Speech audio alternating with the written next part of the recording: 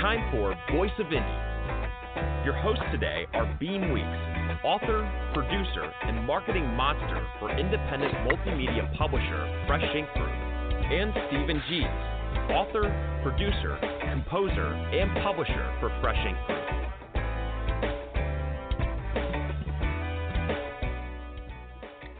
And good evening, and welcome to the Voice of Indie podcast, show number 22. I am your host, Beem Weeks, and I hope everybody had a nice Christmas.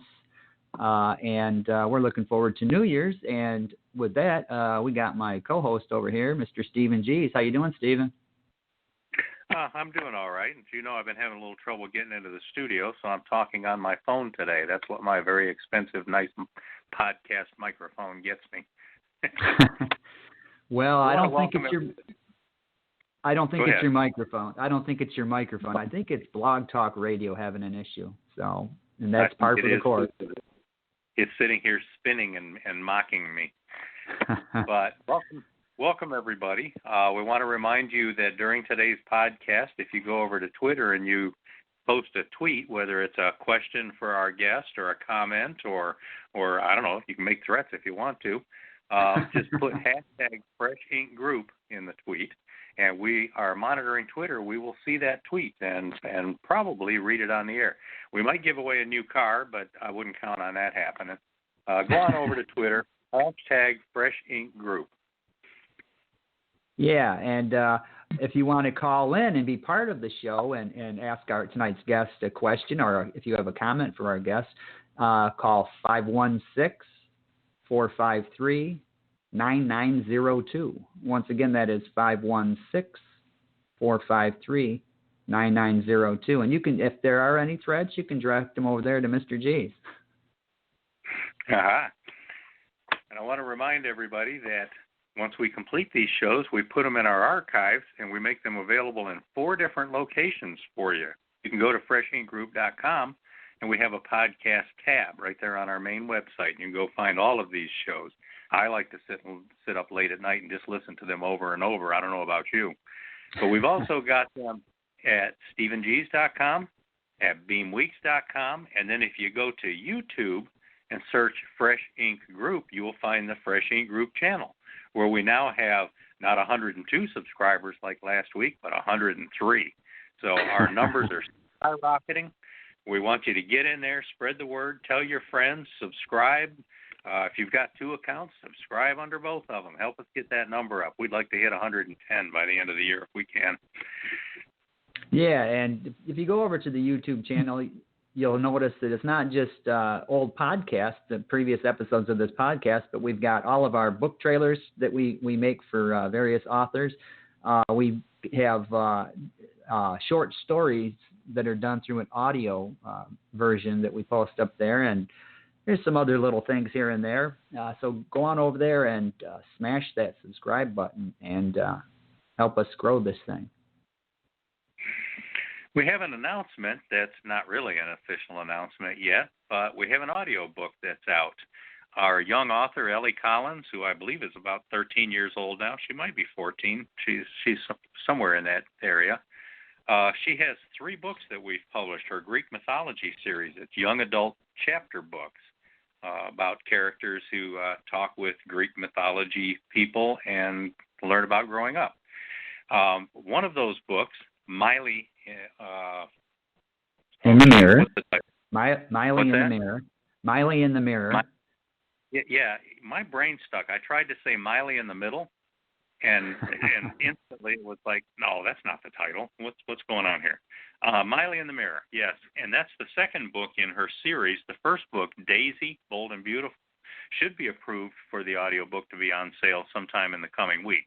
That's when we're going to officially announce both of them and start promoting both of those audiobooks and maybe talk about working on that third audiobook so we can keep that series up to date. But for now, if you're a Miley fan or an Ellie Collins fan, you've got some private advanced sneak word that Miley audiobook is now for sale over on Amazon, Audible, ACX, wherever you like to get your audiobooks. Yeah, and we at Fresh Ink Group, we do the audiobooks a little differently. It's not just the author reading their story. we hire professional voiceover artists. We put in sound effects and music and things like that throughout the story. So it's almost like one of the old-fashioned radio plays. So you'll definitely want to check these out. Yeah, now a lot of people, they go to Audible or ACX and they work that deal where they split the royalties with the narrator.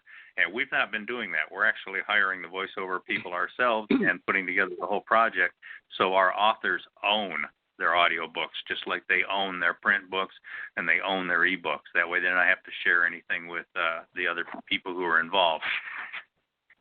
We've got a guest today, and her name is Miriam Hurdle. Terrific lady. She's a member of Fresh Ink Group. We've not had the privilege of publishing her book, but we certainly endorse it. We like it, and we like to support Miriam in every way that we can. Here's her bio. Miriam Hurdle grew up in Hong Kong, where she went to college and worked for 5 years before coming to the United States. She taught Chinese as a second language in Hong Kong Baptist University and the Chinese University of Hong Kong for 3 years. She was also the director of children's department at the Asian Outreach, where she published 4 Chinese children's books. Miriam Hurdle came to the United States for her graduate studies. She received her master's degrees in Christian ministry from Portland Seminary, counseling from Seattle Pacific University, and education administration from California State University, Los Angeles. After teaching in California public schools for 15 years, she was promoted to a school district administrative position. She went on to do the postgraduate studies and earned her Doctor of Education in Educational Leadership from Laverne University in California. Dr. Hurdle continued in her administrative position for 10 years before her retirement. Now retired, Dr. Hurdle enjoys doing volunteer counseling, reading, writing, blogging, singing, and I'd like to hear some of this singing, drawing, water gardening, photography, and travel. So in other words, she's got nothing to do. She's just sitting around staring at the wall trying to think of something to fill her time. Dr. Hurdle is married to Linton Hurdle and has 1 married daughter and 1 granddaughter. Now, as far as reading a bio, I kind of sneaked a few little editorial comments in there, but Miriam has a very, very, very impressive bio. Welcome to the show, Miriam. Oh, hi, Beem. Hi, Stephen. Hi. Good to be here. Hi. And we are excited to have you here, so definitely welcome to the show. So let's get this started a little bit. Tell us what it was like growing up in Hong Kong.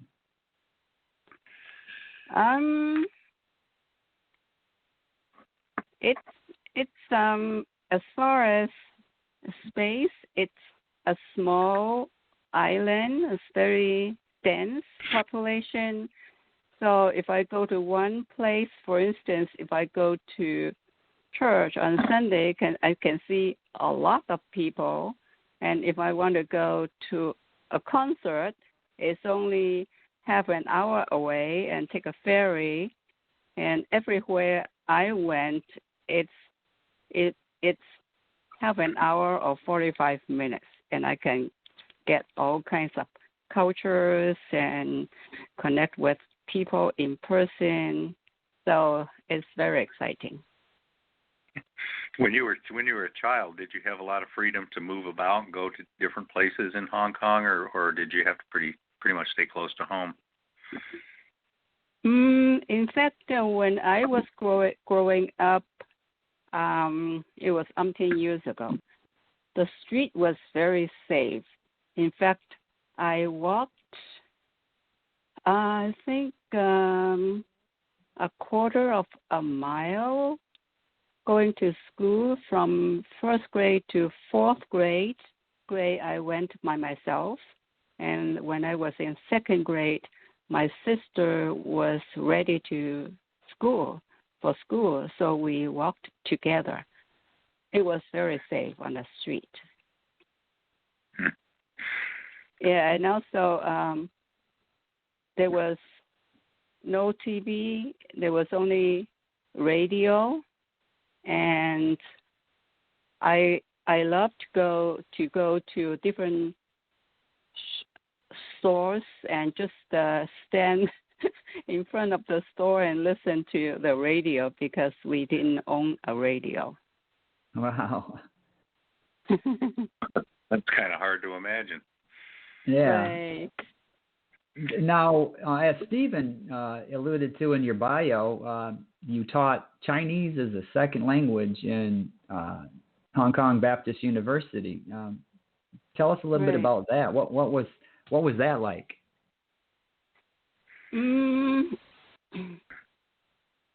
Okay. Well, first of all, let me ask, who were your students? When we think of Hong Kong, we think of Chinese students possibly, but were these the ones that spoke English when it was under British rule? Yes, most of the students there were from United States or other English-speaking countries, and I got one student from Australia, and that's how I learned to say good day.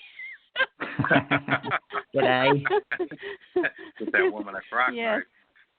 Oh, so they these were are children and teens, or are these adults? They were adults. They're missionaries, doctors, and seminary professors, or business people, or even we had military people, and some of them had 2 years, the first 2 years, to learn the language. They only worked part-time and learned the language before they worked full-time. And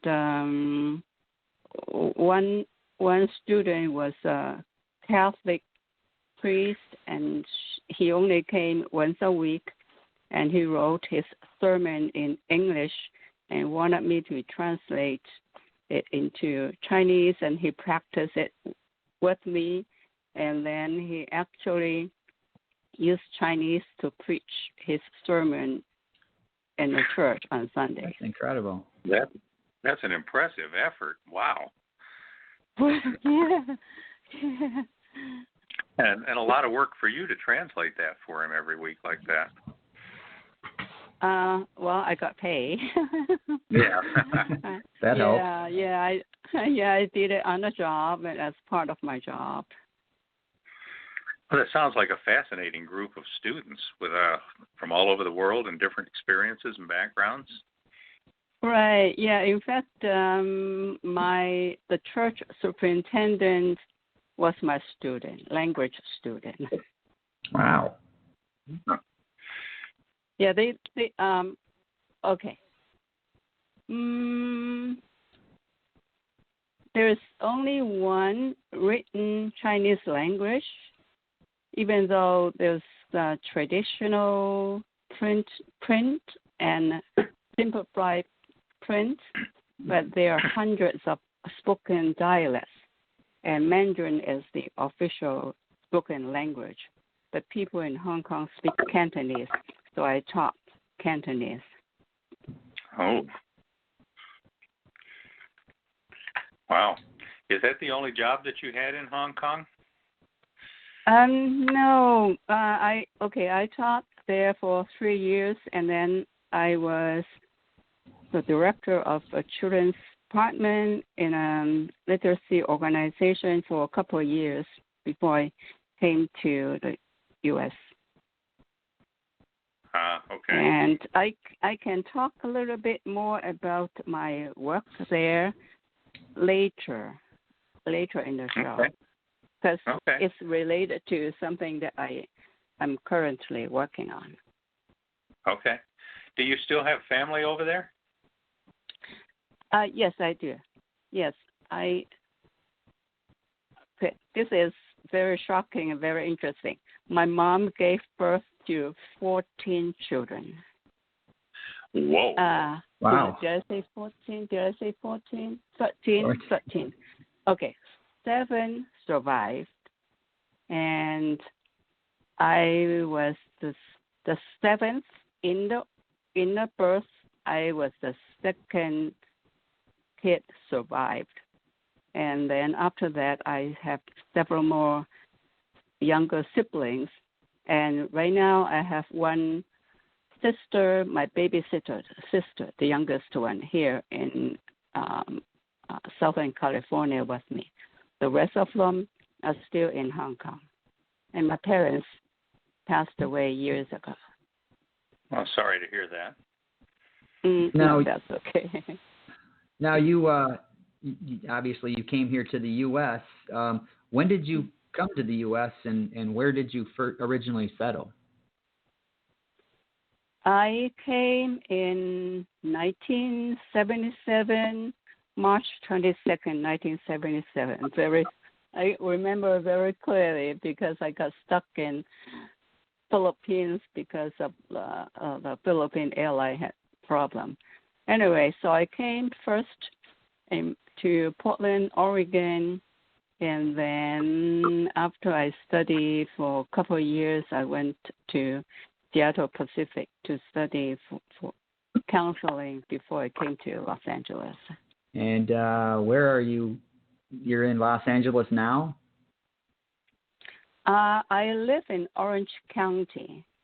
Okay. When I live in Los Angeles, I got my teaching job in Los Angeles County, and then I moved 2 or 3 times after that, but I stay with the same school district.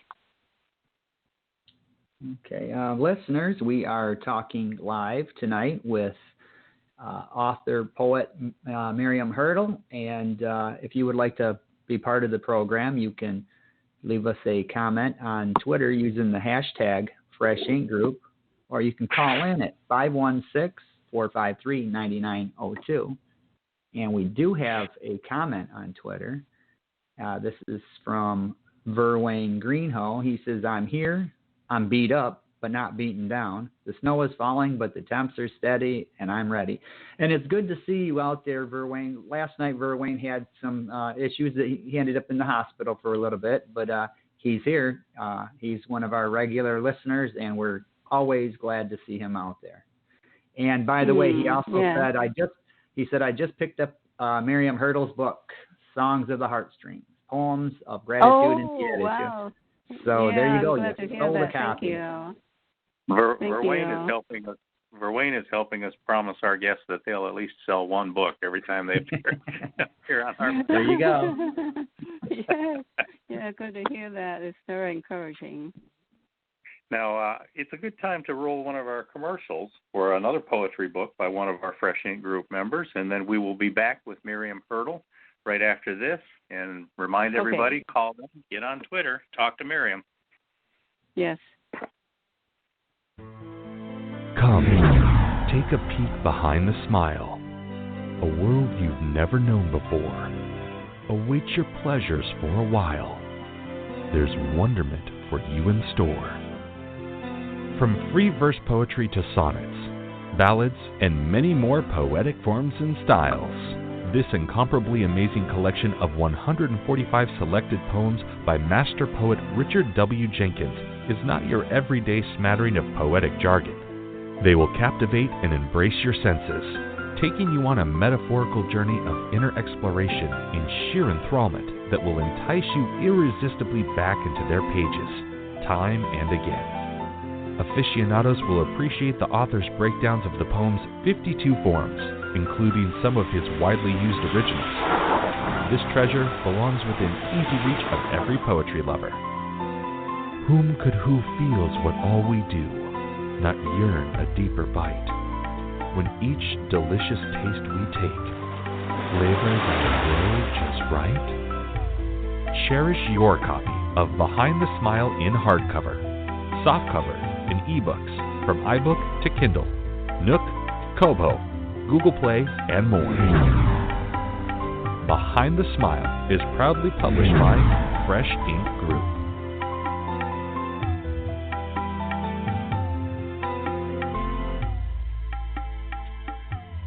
All right.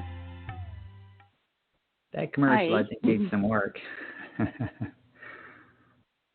Okay, so we are back once again. As I stated before, we're talking with Miriam Hurdle, and now, Miriam, you came here for work, what sort of work are you doing? Okay, after I finished school, finished my first two master degrees, I started my rehabilitation counseling job. What I did was that I worked in a rehabilitation center, and it has like a warehouse-size workshop in downtown LA, and the clients there, some of them might have been hospitalized for the mental illnesses, and they were discharged, and they were put in a halfway house situation and received job trainings. So they were sent to our counseling center and workshop to be trained. And then some clients, I would say, they were somewhat mentally retarded, but they were trainable. So we're saying that if a person's average IQ is 100, those clients had about the IQ of 70. So it's categorized as trainable. They could handle some repetitive tasks. So over time, they can handle it just by the repetition. So they were there, and they worked. They came 8 to 5 every day, 5 days a week, as if they go to work. And they were doing some assembly work. Like one thing they assemble was some kind of like toothbrushes and toothpaste, something like that. And we had supervisors working with them to monitor their work on the floor, and they were assigned to different counselors, and I'm one of them.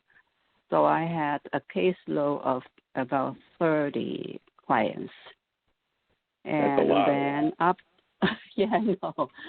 after a while, we put them through job trainings. So I did the job training, 10 sections of job training of different kind of things that they should know about when they work. And then also trained their interview skills. And then we hook them up to have interviews, and, they may be eventually work as factory workers or custodians. But some of them have such a great anxiety level. I remember one client, I put her through 3 trainings, and every cycle of training, by the 8th section, she regressed more than progressed. So we couldn't put her through the graduation and send her to the interview.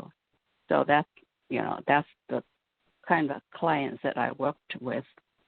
And after a few years, it's a county-funded program, county funding, and instead of laying off a supervisor or a counselor, and we can't do that because everybody has, 20, 30 clients. It's very hard to divide them up and give them to other clients. So we had they call rolling layoff once a week without pay. Okay. And we couldn't afford that, so I quit the job and went into education and started from there. and stayed with the same school district until I retired. How old are you teaching now? Say it again. How old are your students now? You're I think public she said school she's district? retired. Oh, I retired. When I taught from kindergarten to 4th grade, and since I had an administrative credential, the superintendent promoted me in the middle of my 4th grade. So I left the whole classroom, everything on the wall and all the books and everything to the teacher who inherited my class. So she was lucky, and I got it all set up and everything, and she just took it over. Mm-hmm. So now you're taking classes at Osher Lifelong Learning Institute? Yes.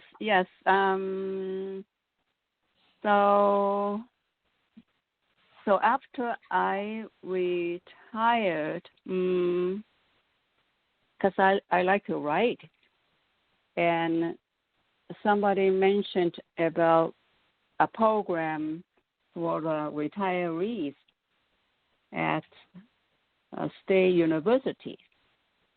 So I started taking classes from 2014.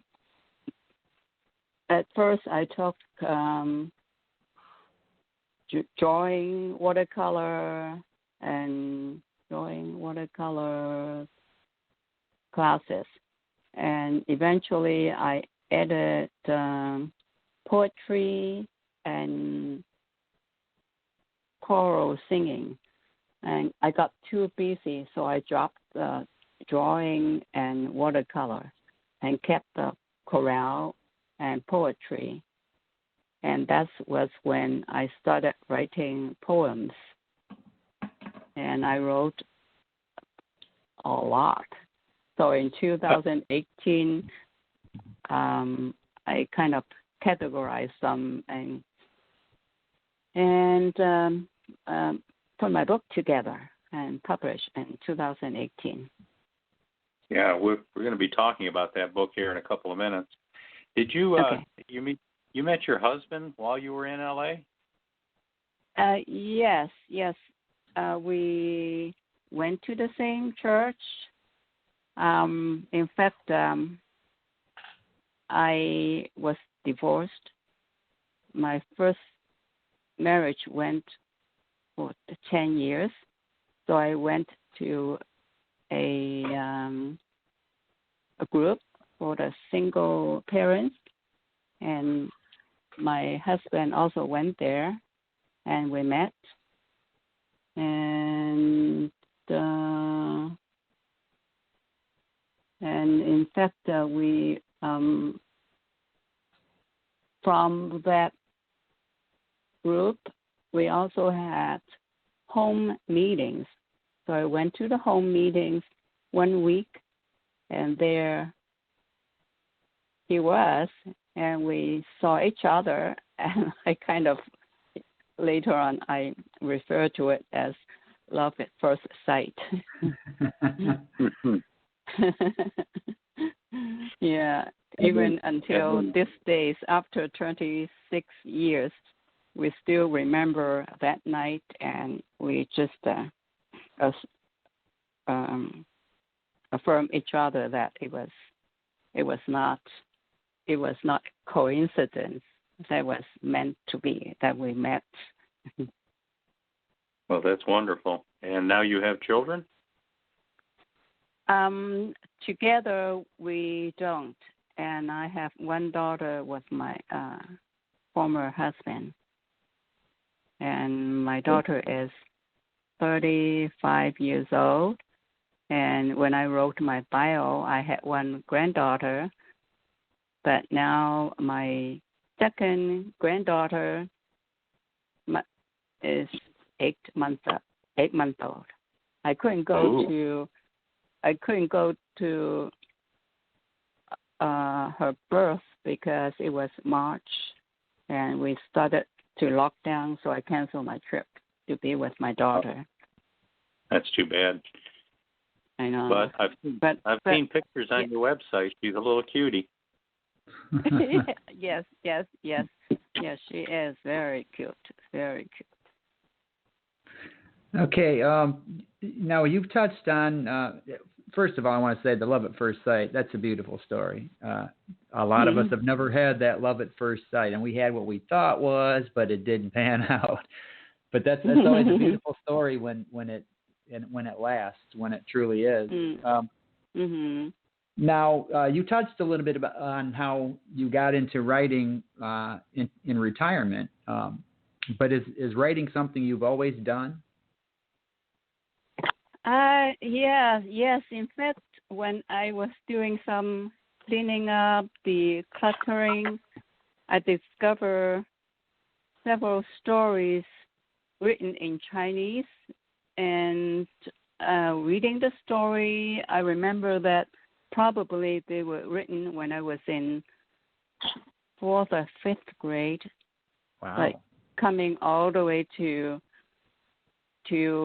this country to study, I wouldn't be able to bring a lot of my personal belongings. So I don't know what I left behind.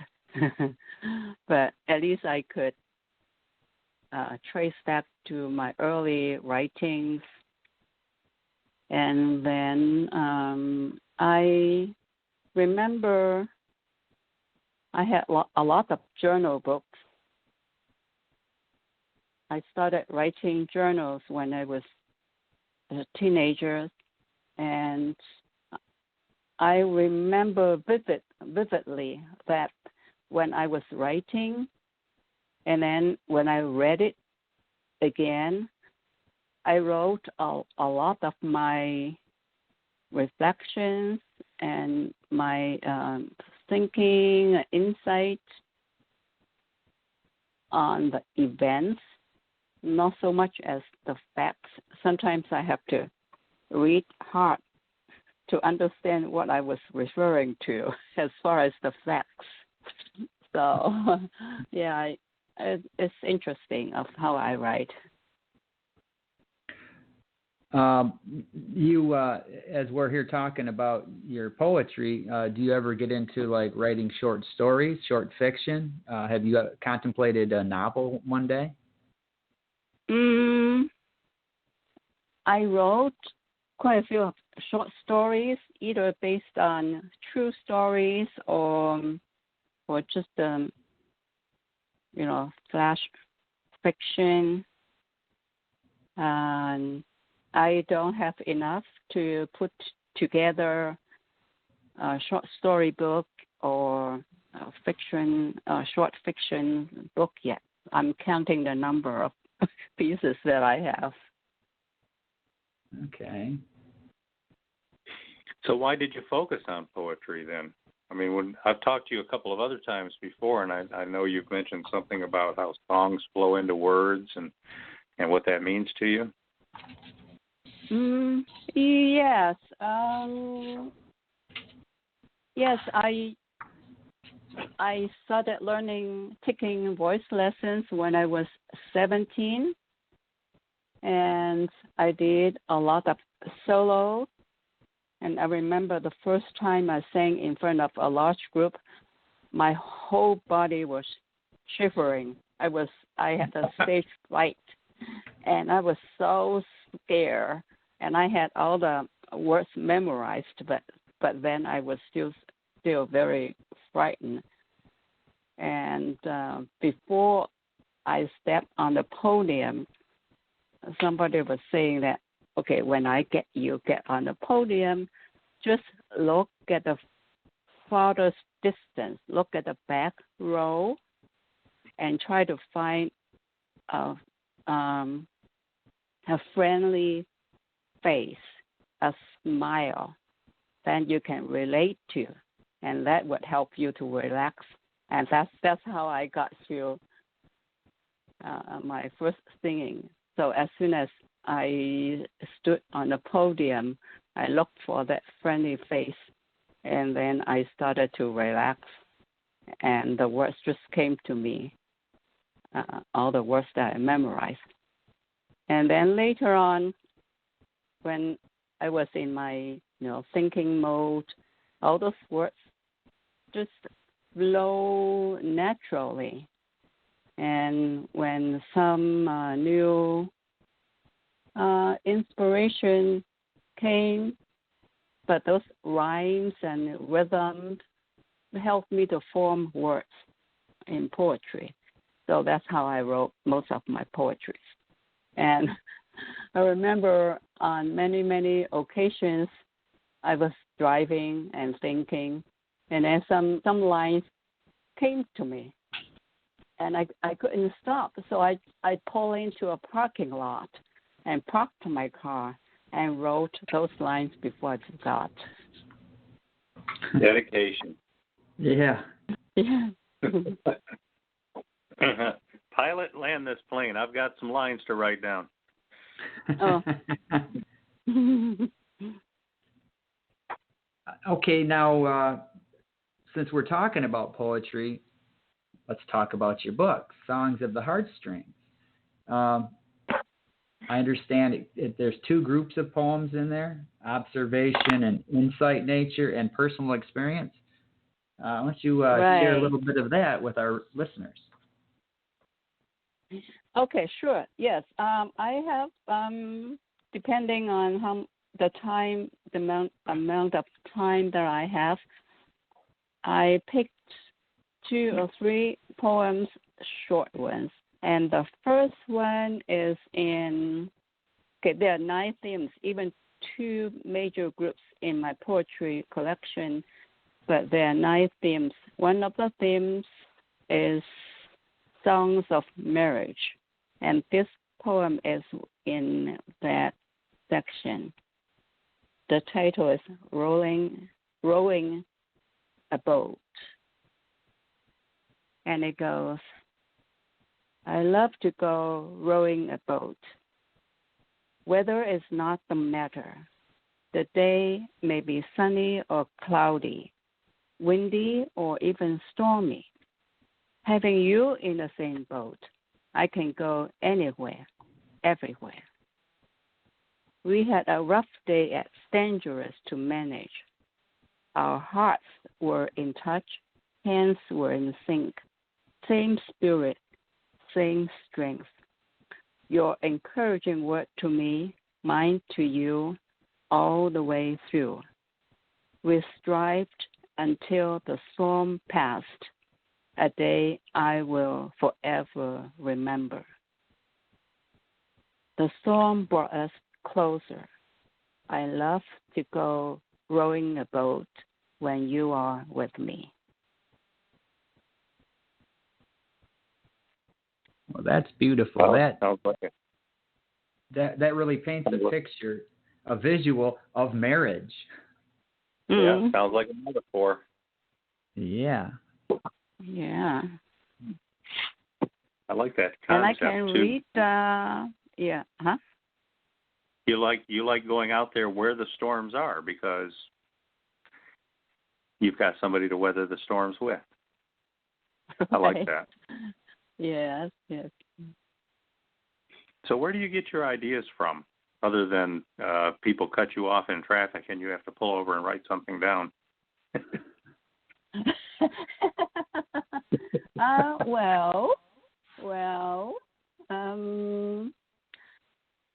I love gardening.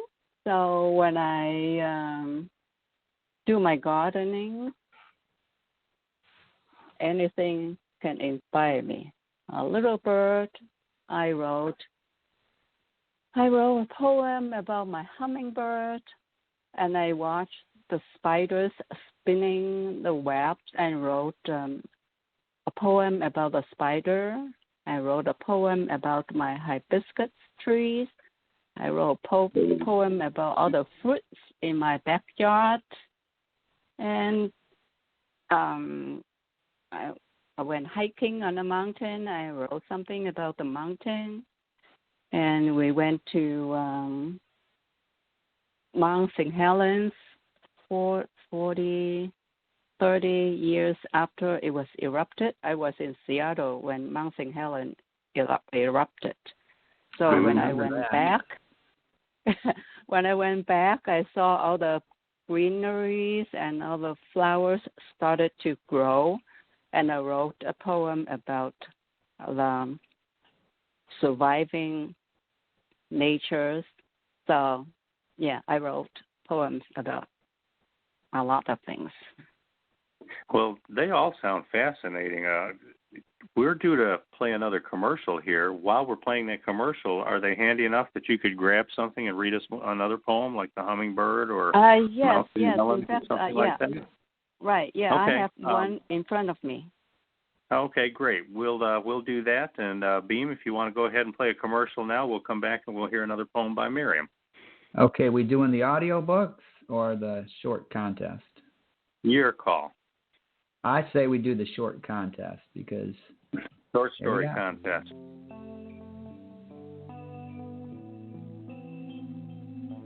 Writers, got a short story looking for a prestigious anthology that will showcase your work alongside other top authors?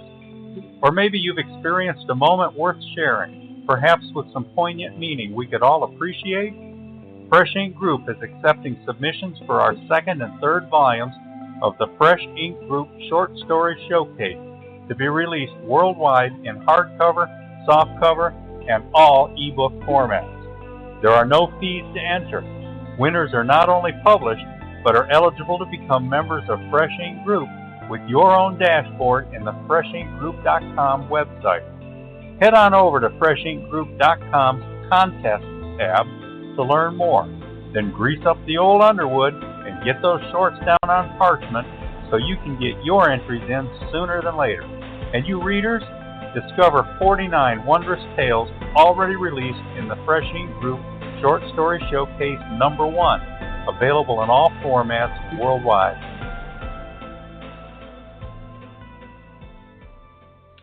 And there you go. Now, Once Miriam again, submitted a story.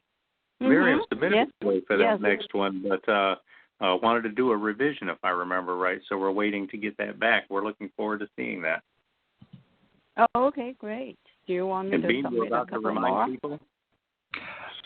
Yeah, I would. Well, first of all, I want to say Verwayne Greenhill on Twitter.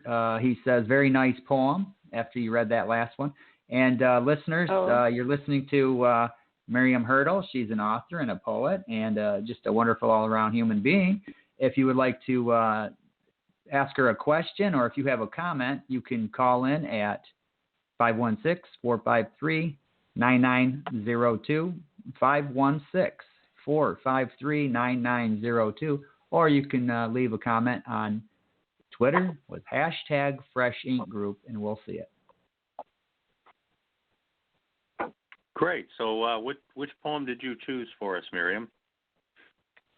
Okay, this one is entitled Solitude. Okay, it goes, everywhere I hear noises and voices, answer and respond. Every day I receive demands and commands. I rush to comply and improvise. Every hour I see needs and pleas. I passionately lend my ears. The momentum is like a snowball. Where to stop? No idea at all. Once in a while, I unplug myself to be away from the noises and voices, demands and commands, needs and pleas, and land myself in solitude, where I could attend my own voices and the voice from above, to reacquaint my inner self, to refresh my private thoughts, relubricate my soul, rejuvenate my energy, reignite my spirit, so to return to the world and be of better service. I like that. Yeah, I know how that feels. Unplug and then recharge. Mm-hmm. Yeah. Oh, maybe I should include that word also. Now, I understand that this book has been translated. It's in 3 different languages. How did that come about?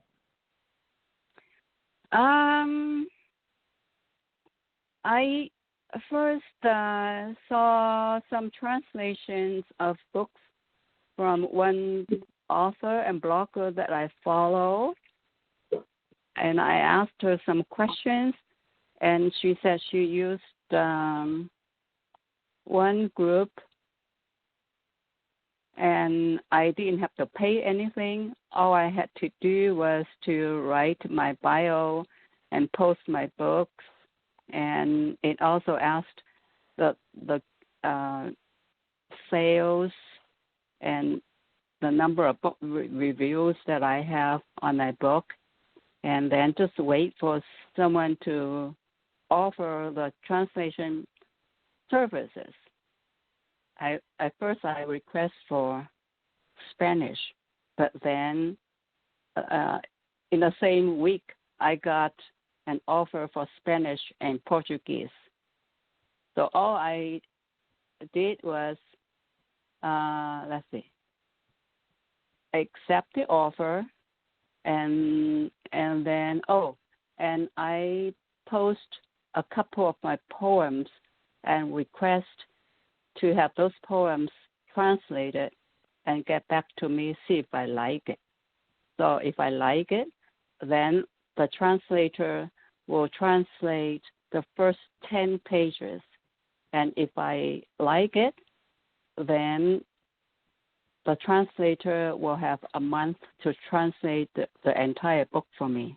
And after that, I proofread and do whatever I have to do and accept the translation, and that website posts it on all the other market. Okay, they get a percentage, and I get a percentage. Okay. Yes. When you're proofreading this, do you speak Spanish and read Spanish and Portuguese? I did a little trick. I just used Google Translate and translate his translation and see how it translates back to English. Okay. Well, that's a good. Yeah, I didn't even think about that. Google, because I'm thinking if I had one of my books translated into French or Portuguese or something like that, I wouldn't know how to proofread it. I'm thinking I could be reading Gone with the Wind and not know that it's not mine. But Google. Yeah, that's a good idea. Yeah, I know a little bit Spanish, so like a preposition and a pronoun and this and that I know. So if I have a little suspicion of any of the translation, and I just go back and forth, cross-translate until I'm sure that the translation is correct. Boy, translation is very tricky because each language has their own little metaphors, their phrases, their analogies and things like that don't always translate. When you translate those literally, they don't mean the same thing. Yeah. Yes, I picked up a couple of them because some English expression doesn't translate into Spanish. So what that person did was just translate the meaning, not exactly the way it's expressed in English. Right. That's a good translator then, somebody who's taking it to that next level. Even a concept like heartstrings. I'd be curious to see how that translates, because I'll bet different translators would have different opinions about the way to say that. I think it just translate heart, not heartstrings. Yeah, I noticed Corazon. Portuguese, I don't know at all. I mean, Conoseo or something like that was the word for heart. So I assume they did the same way. Mm-hmm, So as far as you know, are those international translations selling at all? A few copies here and there, or gangbusters? I haven't checked. They created a what do you call those universal links that has Apple's and Amazon and about 5 or 6 or 7 platforms.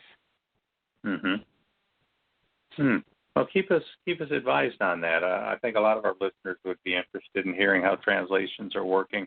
We have one author, Larry Landgraf, has just put out a Spanish edition of his children's chapters book, and we're going to be watching that to see how that does as well. We'd like to expand Fresh Ink Group into more and more international languages if we can.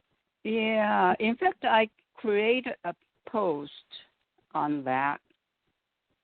Maybe I'll dig up the post and forward the link to you. Okay, that'd be great. Okay, we're starting to wind down on time here a little bit. I'm sure Beem and I are both curious about your future works, things that you're working on right now.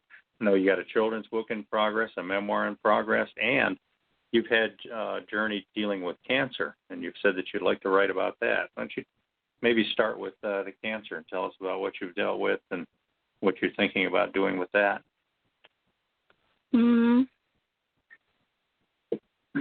I had a very rare cancer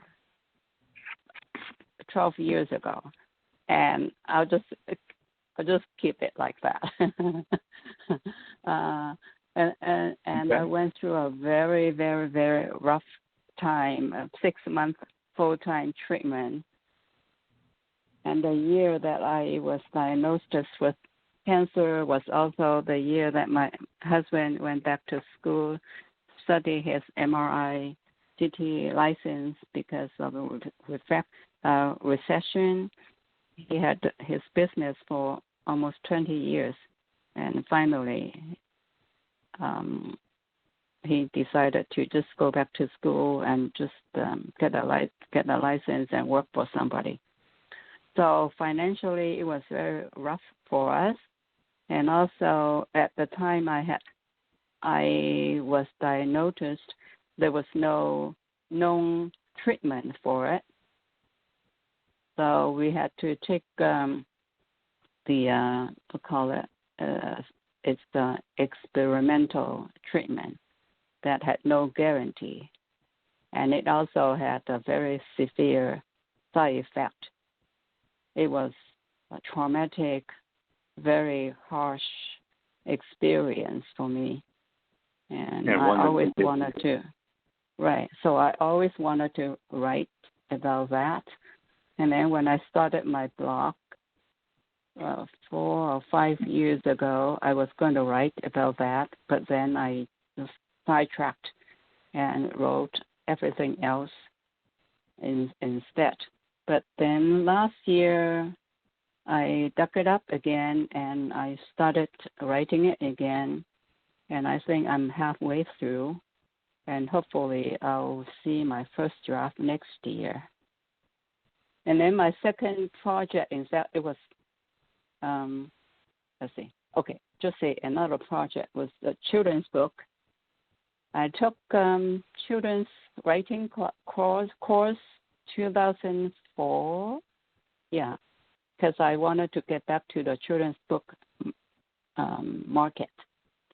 And I wrote quite a few stories. And again, early this year, I revised one story and had it edited. And now I got an illustrator doing the illustration for me, and almost done. So probably this one, if he doesn't delay it anymore, I can have it published in a few months. Great. So what's it about? What's the blurb? What's the pitch? What do people want to hear? I want to write something about along the line of self-esteem, self-confidence, and family relationship, friendship. So this one is about a girl who went to an outdoor concert. In fact, it's Hollywood Bowl, with her parents, and she invited a friend to come along. And during the intermissions, they got lost.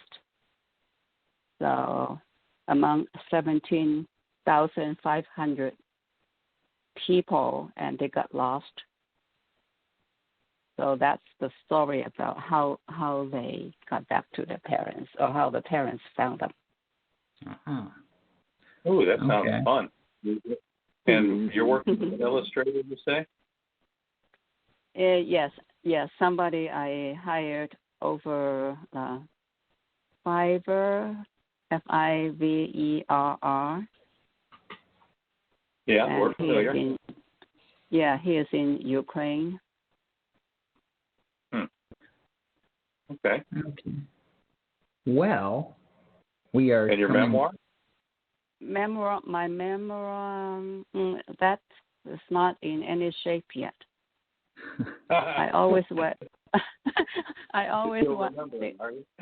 Yeah, I always want to write something as my legacy, to pass it down to my children and grandchildren. So that would be one of those projects. That's a terrific idea.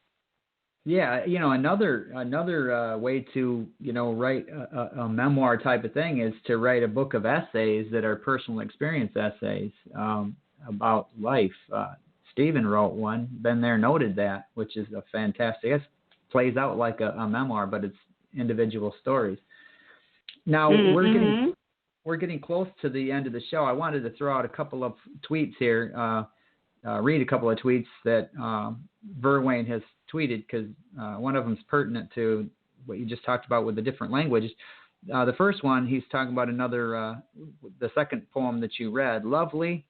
Everyone has to have a place to refill their soul. For me, that's walking the shores of Lake Superior. Beauty is everywhere if you simply look for it. And then speaking about the translations, he said, I sell lots of stories in Germany and France. It would be interesting to find out how to get it done professionally. And after the show, Miriam, you can go over to Twitter and type in hashtag Fresh Ink Group, and you can maybe point Verwayne in a direction that you chose and see if that works for him. Oh, yeah, sure. Yes. Let me dig up the post that I wrote. Maybe I'll just attach a link for my post, because it's very detailed. Okay. All right. Well, now that you've invoked the shores of Lake Superior, you've reminded me. Every time I've walked the shores of Lake Superior, I've been attacked by black flies. Eating me. You just got to run into the woods and say, well, it was a beautiful lake shore. I've seen it now. Okay, well, Miriam, we want to thank you for taking time out of your evening and joining us on the show tonight and sharing a little bit about your life and your work. Thank you very much. Thank you for inviting me. Thank you so much. It's been a pleasure. Yeah, it's been great fun, and I think our readers should get out there and discover your book, Song of Strings. Oh, okay. And, all right. That's wonderful. That's wonderful. Thank you, Stephen. Thank you, Beem. Yeah. Yeah. Okay, so next week. Beem, tell them about next week's guest. You know that. Well, actually, I'm going to tell them about this. You can find this show if you missed it. If you missed this show or any of our shows live, you can find them in the archive. You can find an archive at beamweeks.com, stephenG.com, freshinkgroup.com, or go over to the YouTube channel and just find Fresh Ink Group over on YouTube, and all of our episodes are over there. So you don't have to miss one. If you're working or you're busy with the family or something, you can still tune in at a later time and catch all of our interesting guests. We always have an interesting guest like tonight. Yeah, sounds good. Yeah. So tell us about next week's guest. We got two wonderful ladies joining us. Yes, these are a couple wonderful human beings that I've known for a while. I've had the honor and the pleasure of working with them on various projects as well. They've invited me, so these are their projects, and they've shown me this wonderful idea of adding to their anthologies, and it's just been a total honor for me. This is Yasmin Correa and Monica Brown, and these ladies are known as Y Correa and Queen of Spades. These are their author names, and they will be live with us next week. They have put together their fifth and final anthology of the Concordant Vibrancy series, and I've been a part of the last four. I wasn't a part of the first one, but the last four, and they're just, I am so honored that they invited me to be part of this journey, and we're going to be promoting the new one that's coming out here in the beginning of January, so we're going to be talking about that next week. So be sure to tune in. This is going to be a special program, so I'm excited. And if you've got your calendars out, you can note that the week after that, January 13th, we're going to have Louis M. Cruz, who is a disabled writer and illustrator who does chapter books for teenagers and young adults and does comic books. And he does this working with his mouth. So he's got quite a lot of challenges he overcomes, and we're going to talk to him about that as well. So all you comic book nerds, tune in. Tell your friends. All right. As we said, we will see you again next week. And again, thank you, Miriam, for taking time out of your evening and joining us. You're very welcome, Stephen, Beem. Yeah. Thanks, Miriam. Okay. Happy New Year to you and to everybody in our audience. Yeah, Happy New Year to you. And thank you, Verwain, for joining us, even though I know what your struggle was like last night. It is always a pleasure to see you in our audience. And we will see you again next week, everybody. Thanks, Miriam. Bye. Okay, bye. Thank you. You've been a part of Voice of Indie, a production of Fresh Ink Group. Spread the word, support our guests, then find us at freshinkgroup.com and be sure to hashtag Fresh Ink Group.